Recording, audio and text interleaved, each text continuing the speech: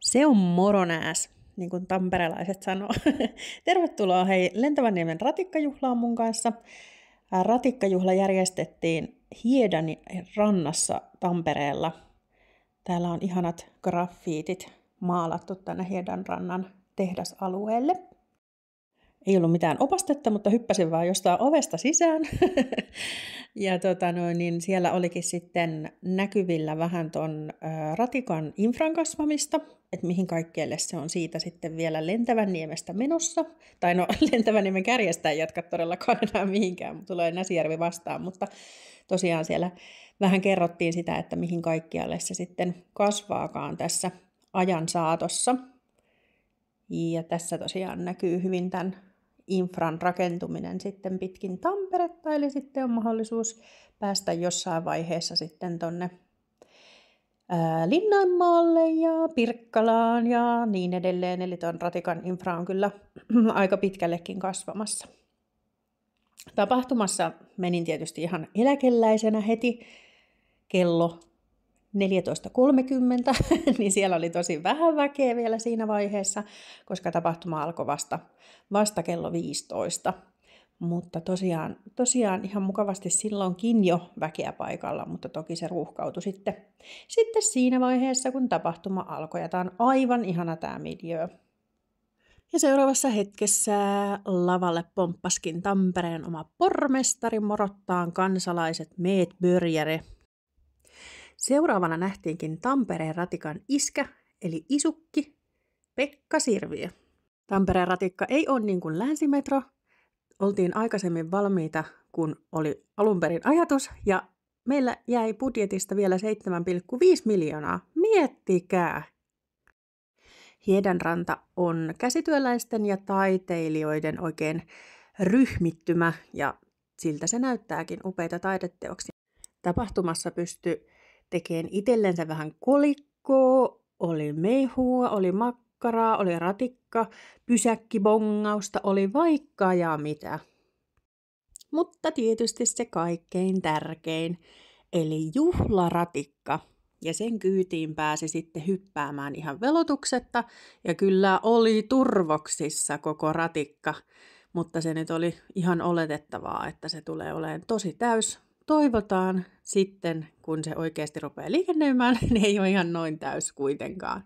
Mutta kyllähän toi nyt oli ihan älyttömän hyvä fiilis, kun ratikka kulkee nyt tässä ihan niin sanotusti nenän alla ja pääsee kulkeen sitten näppärästi maailmankaikkeuden kauneinta ratikkareittiä.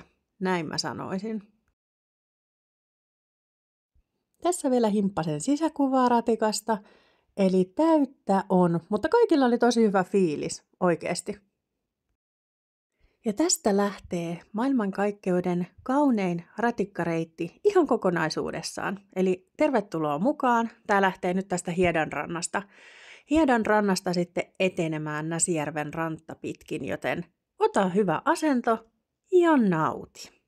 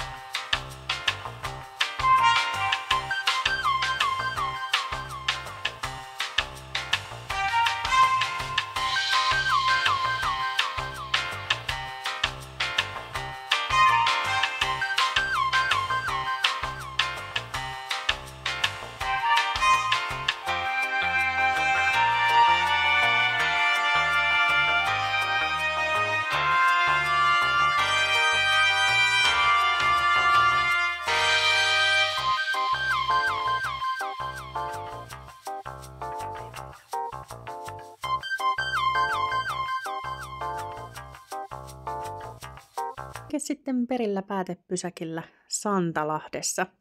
Ja onhan toi nopea toi matka, ei oo kiistäminen. Lopuksi vielä edustettuna mun oma pikku kotipysäkki, tietenkin. Ja siinä vielä kertaalleen. Ihana näky Niemenrannassa.